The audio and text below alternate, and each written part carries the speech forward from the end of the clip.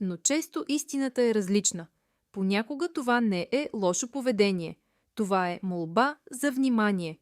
Децата имат нужда от връзка почти толкова, колкото от храна и сън. Когато тази връзка липсва, те намират начин да я поискат.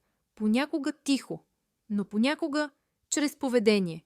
В това видео ще ти покажа 5 признака, че детето ти всъщност търси внимание, а не се държи лошо. Признак 1. Прекъсва разговорите, разговаряш с някого. И детето постоянно те прекъсва. Мамо, тате, виж това. Това не винаги е нетърпение. Понякога това означава искам да ме видиш. Признак 2.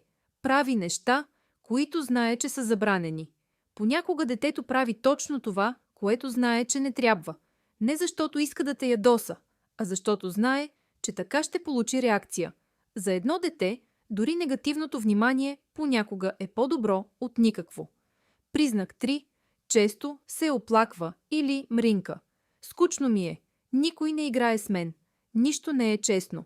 Понякога тези думи крият нещо по-дълбоко. Нужда от връзка. Признак 4. Предизвиква конфликти. Някои деца започват спорове със своите братя и сестри. Понякога дори без причина. Но ако наблюдаваш внимателно, ще видиш, че след това идва родителската реакция. И детето получава това, което му е липсвало. Внимание. Признак 5. Поведението се влошава вечер. Много родители забелязват, че вечер поведението става по-трудно. Това не винаги е умора.